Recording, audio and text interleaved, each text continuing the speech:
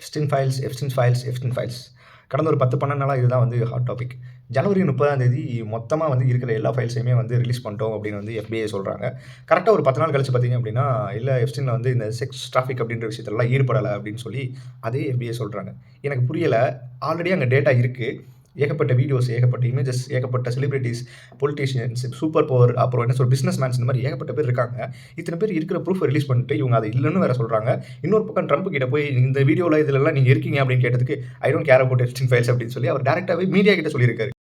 I don't care about it, released or not. What I think you should do, if you're going to do it, then you have to go into Epstein's friends. 1996ல ஆரம்பிச்ச இந்த case 2026ல தான் மொத்த data வெளிய வந்திருக்கு. இந்த 30 வருஷத்துல எவ்வளவோ பேர் காணாம போயிட்டாங்க. எவ்வளவோ பேர் கேஸ் போட்டவங்கலாம் என்ன ஆனாங்கன்னே தெரியல. நெறைய பேர் இறந்தும் போயிட்டாங்க. ஆனா இன்னமும் இந்த பிரச்சனைக்காக இவ்வளோ பேர் இருக்காங்க. இவ்வளோ விக்டிம்ஸ் இருக்காங்க. இவ்வளோ தப்பு பண்ண வெளிய இருக்கான். ஜஸ்டிஸ்ன்றது யாருக்கா கிடைச்சிருச்சா என்ன? என்ன பொறுத்தளவுக்கு இந்த மொத்த டேட்டா ரிலீஸ் பண்ணதுக்கு ஒரே ஒரு ரீசன் என்ன தெரியுமா? நாங்க இங்க தான் இருக்கோம். உங்களால என்ன பண்ண முடியும்? இவ்வளவும் நாங்க தான் பண்ணியிருக்கோம். இந்தா ஃபைல் இருக்கு, டேட்டா இருக்கு. உங்களால முடிஞ்சத நீங்க பண்ணிக்கோங்கன்னு சொல்லி ஒரு சாதாரண மனுஷனுக்கு இவங்க டைரக்ட்டா குடுத்த ஒரு மிரட்டல் வீடியோ, இமேஜஸ்ன்னு வச்சுக்கோங்களேன். நெறைய கான்ஸ்பிரசிஸ் எல்லாமே வந்து கடைசில உண்மை அப்படின்னு வந்து ப்ரூவன் ஆயிருச்சு. அண்ட் நம்மள நம்ம தான் காப்பாத்திக்கணும்.